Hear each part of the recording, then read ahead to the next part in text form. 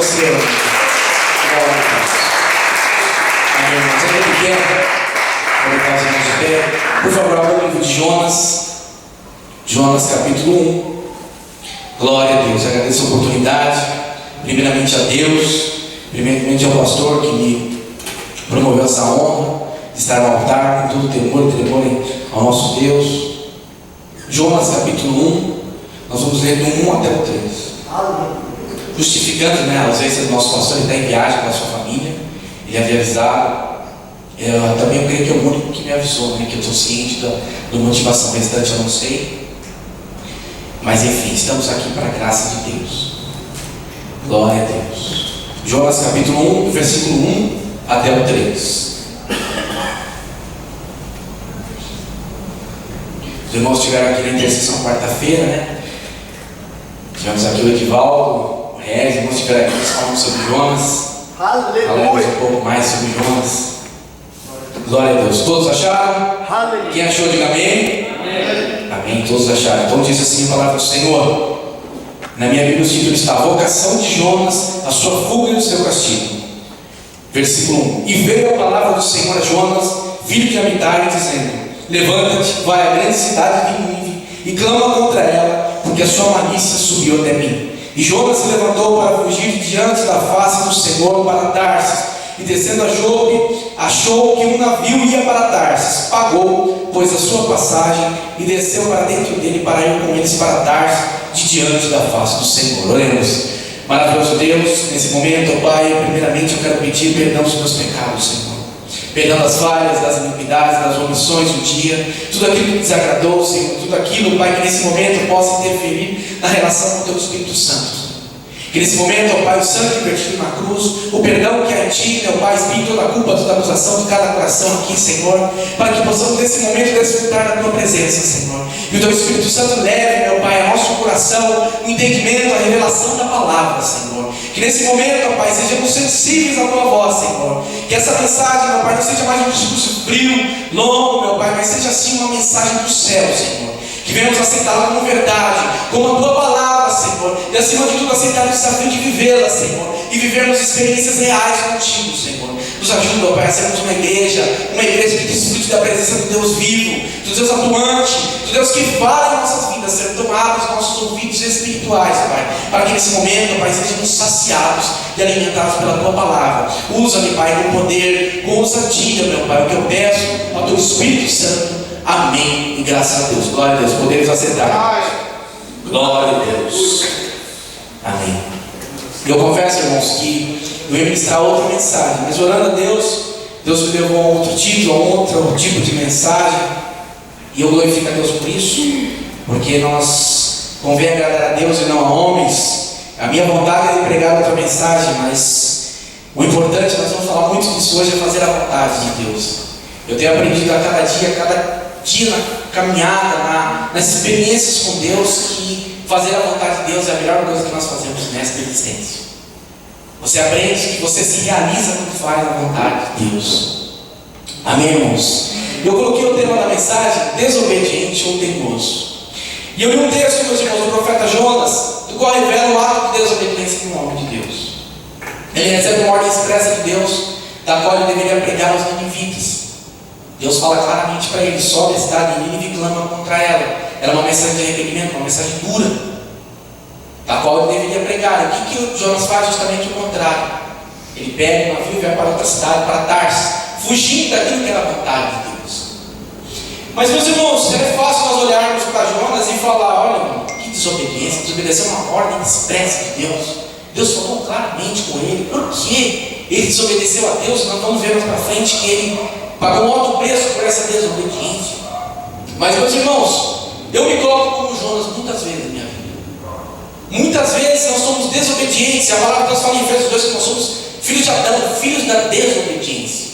Então, em nós reside o desejo da desobediência em relação a Deus. Reside a tentação de desobedecer a Deus. Isso iniciou-se, meus irmãos, desde o jardim do Éden, quando o homem se rebelou contra Deus.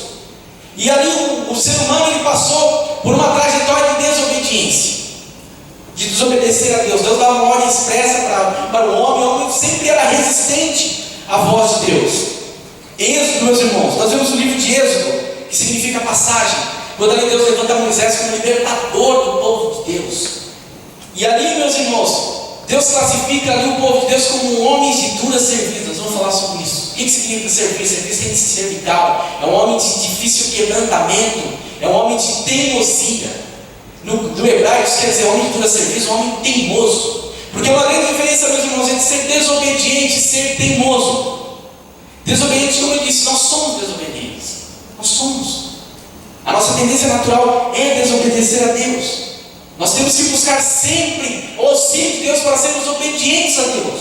Por isso que a palavra de Deus sempre nos convida a obedecer.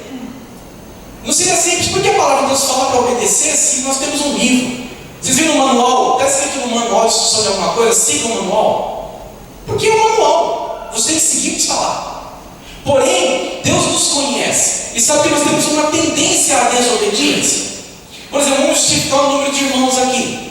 A palavra de Deus fala algo que é tão difícil de compreender. É um versículo tão citado em velórios, tão citado em cerimônias fúnebres, que é Eclesiastes 7,2, que fala que é melhor estar numa casa onde há luto do que numa casa onde há festa, porque nesse lugar há reflexão. E aí nós vemos na prática o que significa. Quando há festa, há um relaxamento natural do ser humano. Quando se conquista algo, você tem uma tendência natural a relaxar, a baixar a guarda. Por isso que muitas vezes, meus irmãos, as maiores derrotas da nossa vida vêm depois de um momento de euforia, vem depois de um momento de conquista. Os maiores pecados, para quem estuda sabe, às vezes é quando você se forma. Festas de faculdade acontecem os adultérios, festas de formatura onde acontece o uso de drogas, onde acontecem os maiores acidentes, porque você está num momento de euforia, você está num momento de conquistei, agora pode, agora eu posso. E às vezes nós vemos isso, nós passamos por um momento de festa. Eu não sei a motivação de cada irmão que não está aqui, mas nós passamos por um momento de festa, de alegria, de celebrar, conquistamos. E qual que seria a tendência natural? O culto está cheio na terça-feira. Pelo menos 30% que nós estavam aqui. Seria o natural. Mas, meus irmãos, para nós entendermos o que significa ser desobediente. Desobediente, nós desobedecemos a Deus. Porém, a teimosia é uma desobediência constante. Nós vivemos hoje, meus irmãos, um tempo que eu acho que é o maior tempo de manifestações religiosas, não somente evangélicas, mas católicas, enfim, todas as religiões manifestam o seu credo. A internet está cheia de vídeos de todo e qualquer tipo de religião. Nós vemos todo e qualquer tipo de segmento se manifestando. E hoje o Facebook e o YouTube, eles deram para cada um. Eu vi essa frase, achei muito forte.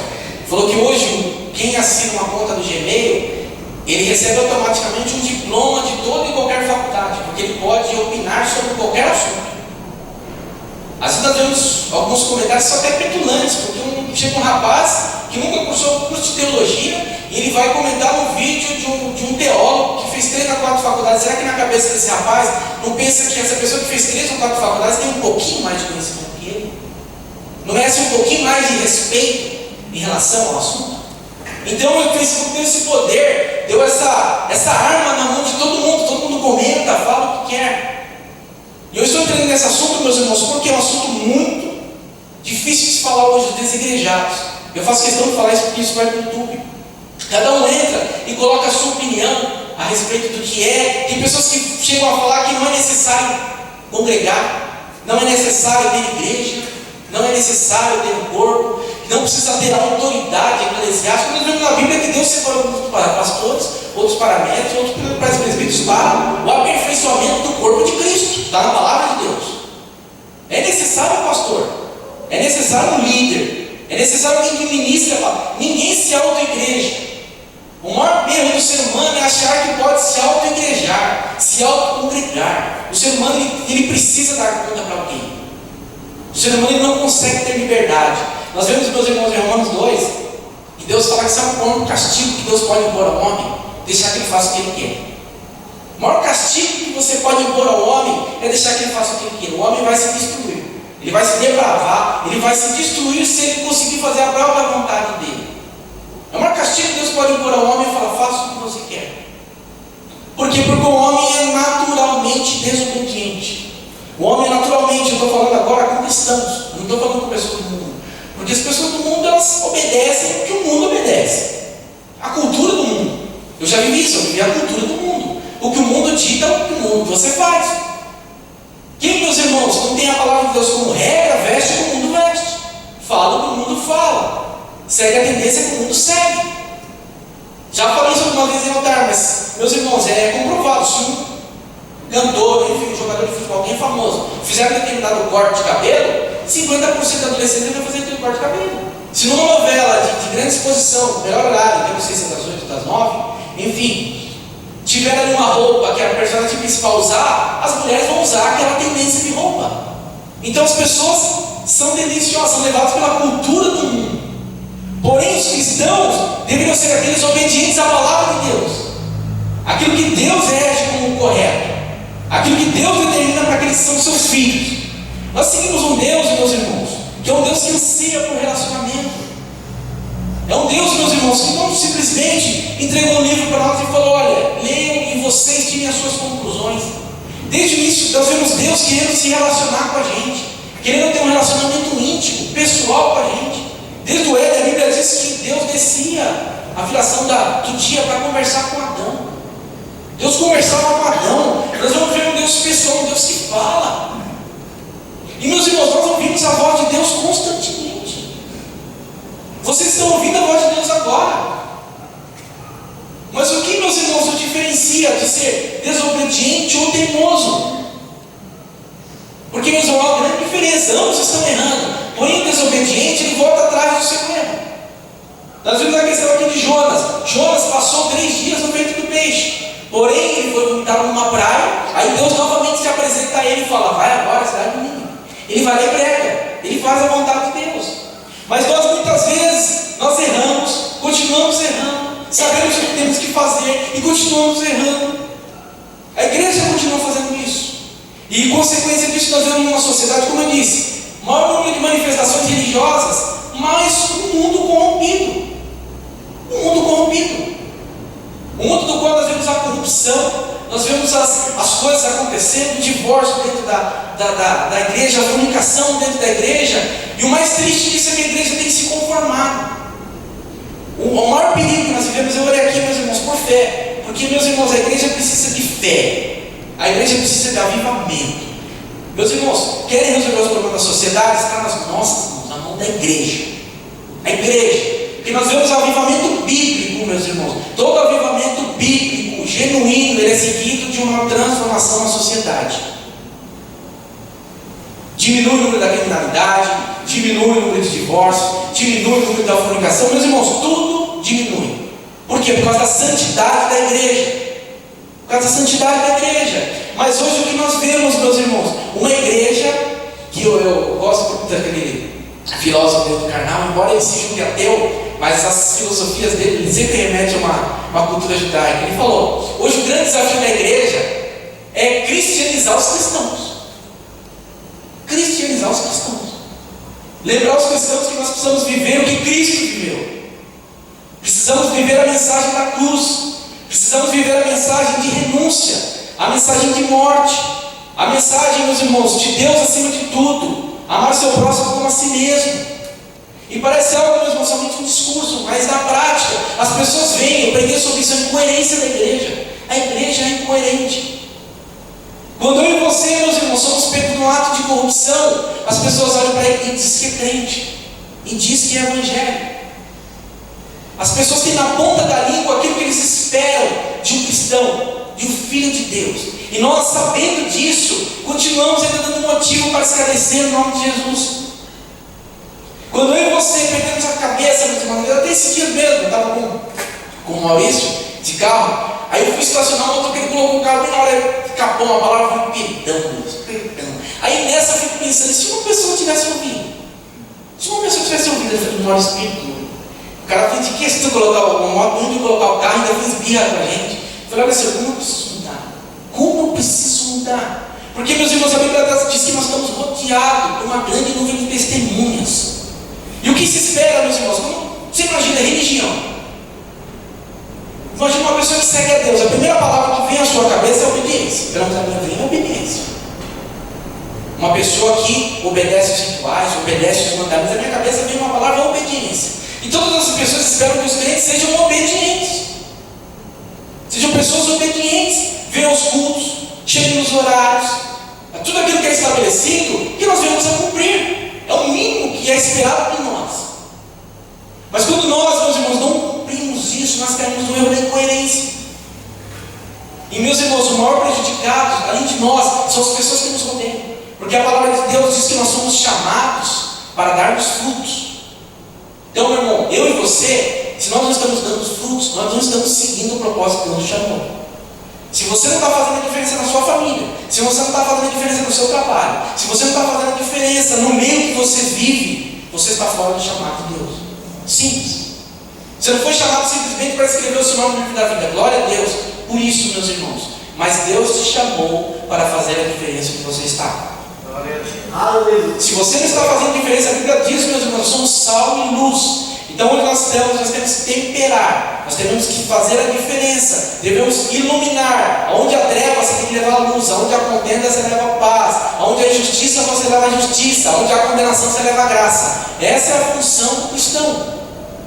Fora disso, você é um influenciado, fora isso, você é mais um da massa. E além disso, quando você se denomina evangélico, se denomina cristão, e as pessoas esperam isso de você, e você não cumpre, você joga o nome de Jesus na lama. Por isso que os evangélicos não têm mais respeito nenhum. Antes fala, vai ser homem de Deus. Não se fala palavrão, mas é homem de Deus. Às vezes eu vejo dentro do meu lar, está lá tocando a música, assistindo uma música, falando palavrão. E eu, meu Deus, eu até briguei, eu às vezes eu fico bravo, eu não sei como chamar a atenção, eu falo, é brincadeira. Eu falo do jeito que falo, você está brincando que essa música está tocando aqui dentro. É brincadeira. Então não tem nem mais a referência em relação ao seu familiar, e quanto mais um servo de Deus. E coloca a música no último volume. Então não há nenhum respeito em relação às pessoas, e parte disso em relação porque é uma igreja desobediente, e uma igreja conscientemente desobediente. Uma frase que eu coloquei aqui, meus irmãos, uma pergunta na verdade. Hoje é claro na sua mente a vontade de Deus? Hoje é claro na sua mente a vontade de Deus para você? É uma pergunta que eu quero que vocês respondam no íntimo de vocês. É clara a vontade de Deus na sua vida? Você já entendeu? Eu sei o que Deus quer na minha vida. Eu sei. Eu sei o que Deus quer. Eu sei porque eu vim. Eu sei para onde eu vou. Eu sei o que eu tenho que fazer nessa terra. Você tem que ter essa resposta na ponta da língua. Se você não tem, você tem que buscar a todo custo. Primeiro passo, você entendeu? Deus que me criou, aceitei, criei no sacrifício de Jesus. Primeiro passo. Segundo passo, o que eu estou fazendo aqui? O que eu devo fazer? Às vezes você fala obedecer, mas você fala obedecer o quê? Qual a vontade de Deus em relação à minha família? Qual a vontade de Deus em relação ao meu trabalho? Qual a vontade de Deus em relação aos meus vizinhos? Qual a vontade de Deus em relação à minha vida profissional? Nós devemos buscar isso. Nós devemos entender que a nossa vida não nos pertence mais. E é literal isso. Não é para falar um versículo, não sou mais eu que vivo, mas Cristo vive em mim. É entender que Cristo vai viver quando você morrer. E quando você morrer, Cristo não aparece na sua vida. Enquanto você continuar decidindo as coisas sem colocar Cristo à sua frente, Cristo não aparece. Tem que entender que o seu modelo familiar não funciona mais. O que funciona é o modelo de Deus. O jeito que eu fui criado, meu irmão, eu ainda estou sendo liberto disso. Muita coisa que eu aprendi com meu pai, eu queria passar para o meu filho, e eu preciso aprender que passou. É um outro formato, é uma outra mentalidade. Algumas coisas funcionam, outras não funcionam. A vontade de Deus para o meu lar é diferente da vontade que Deus tinha para um outro lar. É totalmente diferente. Mas nós precisamos entender essa vontade. E a partir do momento que nós entendemos, ainda vem um terceiro passo, que é o que nós estamos falando hoje, que gera desobediência. É fazer aquilo que Deus está nos pedindo para falar. Porque, meus irmãos, discernir o que Deus está falando não é difícil. Discernir o que Deus está falando também não é difícil. Mas o problema é seguir. Seria a mesma coisa, eu vou usar uma alusão que o ministro fez uma vez na igreja. Ele falou: não adianta eu falar para você, olha o buraco. Você vai falar, eu desço, vai falando. Reconheceu que a voz desce. Reconheci que é para não ir no buraco. Você continua andando e cai no buraco.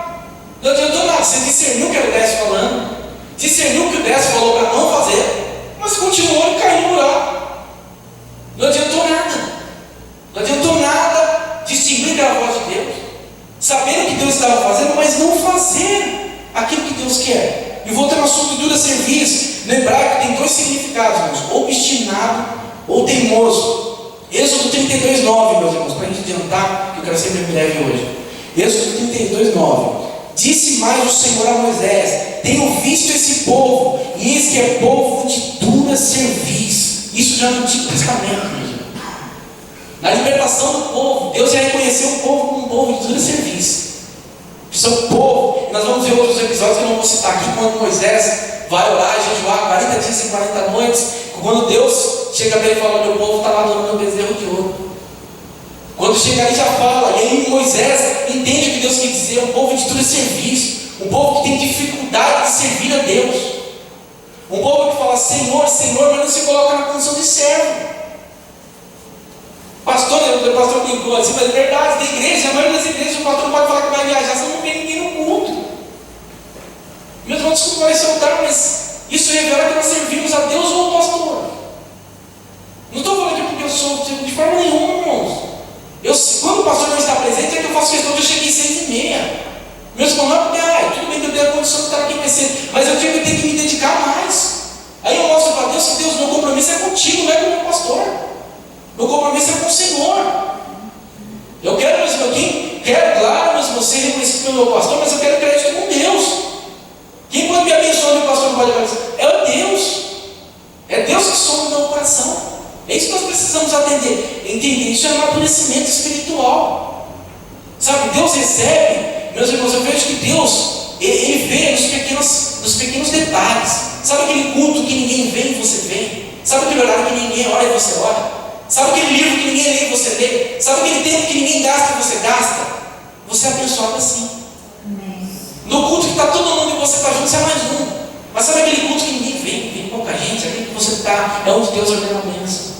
É onde Deus quer falar com você. É onde é provada a sua fidelidade. Aí você está mostrando para Deus: eu não tenho compromisso com o homem, eu não tenho compromisso com massa, eu não tenho compromisso com liderança, eu tenho primeiro compromisso com o Senhor. Nesse momento que a gente mostra quem nós somos. Nesse momento nós mostramos isso. Porque aí nós vemos que muitas pessoas estão alicerçadas numa liderança. E é muito perigoso isso, meu irmão. Por mais que eu possa advogar respeito do meu pastor, que é um excelente homem, mas é um homem falível. É um homem que pode falhar.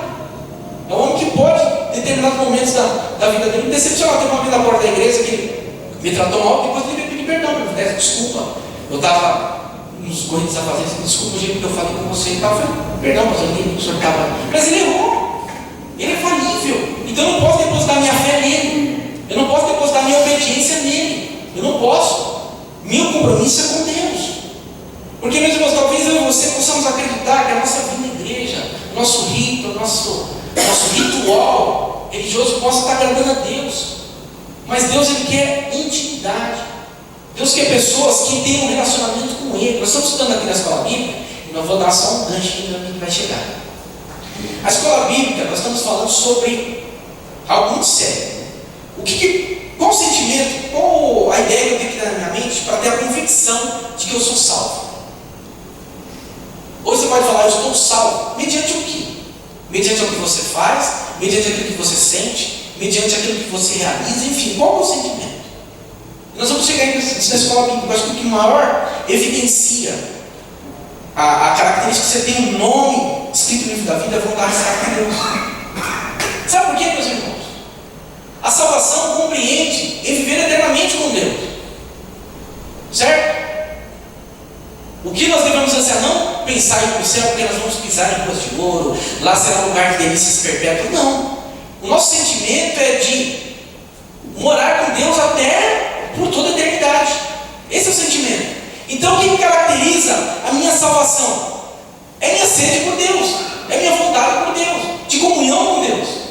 Como que eu vou viver eternamente com Deus se eu não tenho vontade de estar com Ele? É incoerente. Se eu tenho vontade de orar, não tenho vontade de ler a palavra, não tenho vontade de ir na casa do meu Pai, como eu posso afirmar que eu sou salvo? Como eu posso afirmar: Senhor, eu quero morar eternamente contigo, eu quero sentir a Tua presença eternamente? Como eu posso afirmar isso?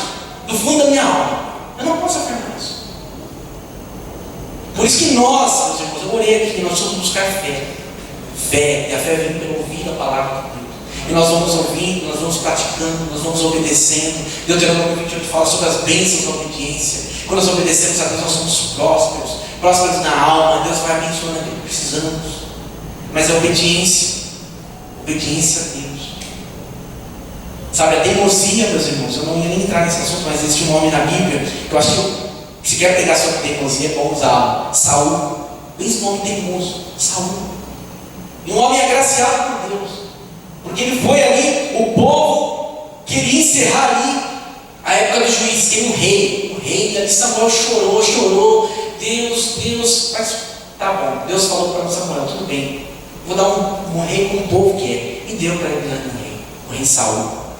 E aí, mesmo assim, a Bíblia diz que Deus derramou sobre o Espírito Santo, ungiu ele, porém, ele errou não uma, mas duas, mas 3 vezes, foi uma sequência de erros. Um homem teimoso, um homem que perdeu a graça de Deus por ser teimoso. E que nós, irmãos, como igreja, meus irmãos, nós temos hoje o auxílio das Escrituras. O que nos ajuda a obedecer a Deus? A Bíblia foi nos deixada, irmãos, como uma fonte de obediência. João 5,39 diz: examinai as Escrituras, porque vós cuidais que nelas tem a vida eterna, e são elas que de mim testificam. A palavra de Deus testifica quem é Deus. Nós precisamos entender quem é Deus para obedecê-lo. Às vezes é muito fácil você falar, eu obedeço a igreja. Às vezes você obedece o que o pastor manda você fazer, o que o líder manda você fazer, você vem nos horários do culto que precisa fazer, mas você não entendeu quem é Deus na sua vida. Um Deus atuante, um Deus que quer ter um relacionamento, tem projetos particulares com você. Deus tem minha vida ministerial? Tem, mas além disso Ele tem planos pessoais para mim. Tem situações por quais Deus quer me usar e não tem nada a ver com a igreja. São planos pessoais que cada um busca. São os frutos, meus irmãos, que a igreja não vê. Como o próprio Edu estava falando do pai dele estava no hospital e teve a chance, ele foi pregando. O pastor dele não mandou ele pregar no hospital.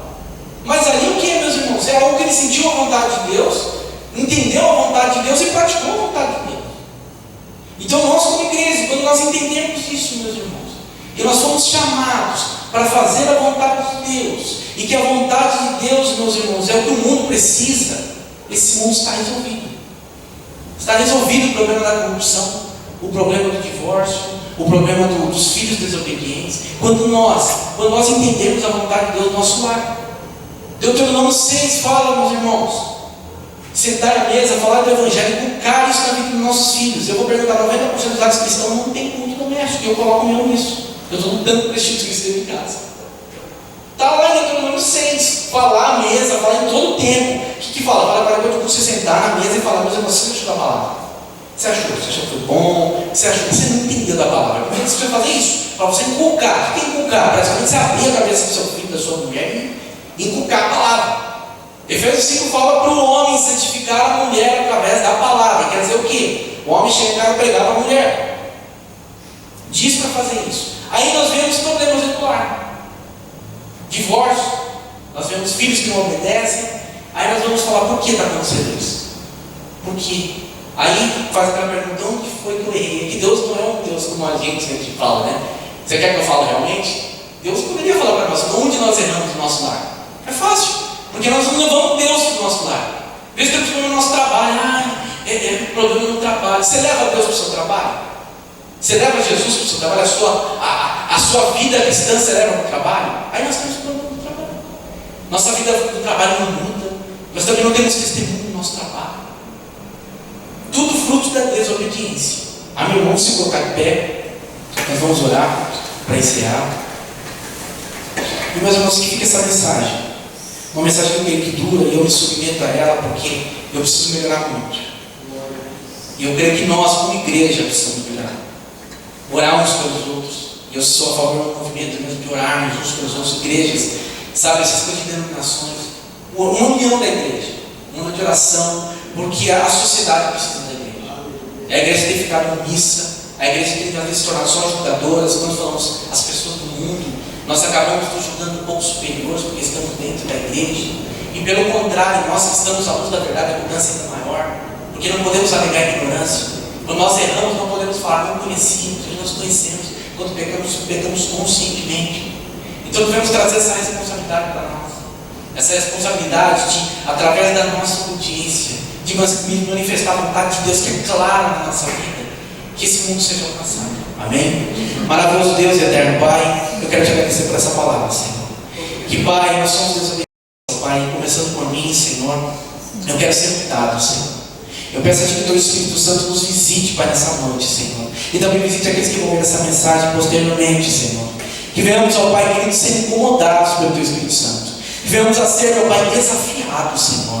Não nos permita ficar nessa zona de conforto, Senhor. Nessa vida religiosa, nessa vida cristã sem frutos, Senhor. Não nos permita isso, Senhor. Nos ajuda, Pai. Nos ajuda, Pai, a vivermos a novidade de vida que a Tua palavra prega. A vivermos, ó Pai, o Cristo em nossas vidas, Senhor. Nos ajuda, Deus maravilhoso. Abençoa aqueles que não puderam vir hoje, Senhor. O Senhor sabe os motivos, as dificuldades, ó Pai. Aqueles que não vieram por negligência, Senhor. Toca no coração, Pai. Toca na importância, meu Pai. Toca, meu Pai, da necessidade, meu Pai. Toca, Senhor, meu Deus, da maravilhosa presença, Pai, que há em Ti, Senhor. Quando desfrutamos dela, saímos daqui renovados, Senhor. Por mais que for difícil o nosso dia, um dia às vezes pesado, Pai, de decisões, um dia pesado às vezes de frustrações, meu Pai, mas saímos daqui renovados, Senhor. Então abençoa nossas vidas, Senhor. Nos ajuda a viver, meu Pai, a verdade do Teu Evangelho, Senhor. Nos liberta da religiosidade. Livra-nos, ó Pai querido, das denominações, das placas de igreja. Sejamos a igreja de Cristo, aquela igreja, meu Pai, que ora, que busca a santidade, que busca a mudança, que busca a transformação, Senhor. E que não haja, meu Pai, no meio de nós pessoas de toda serviço, mas que haja assim, pessoas quebrantadas, não pessoas perfeitas, mas pessoas, meu Pai, que mesmo diante da sua desobediência, que é natural, Senhor, saibam reconhecer, saibam se arrepender e mudar os seus caminhos, Senhor. É o que eu peço e agradeço em nome de Jesus. Amém. Graças a Deus. Glória a Deus.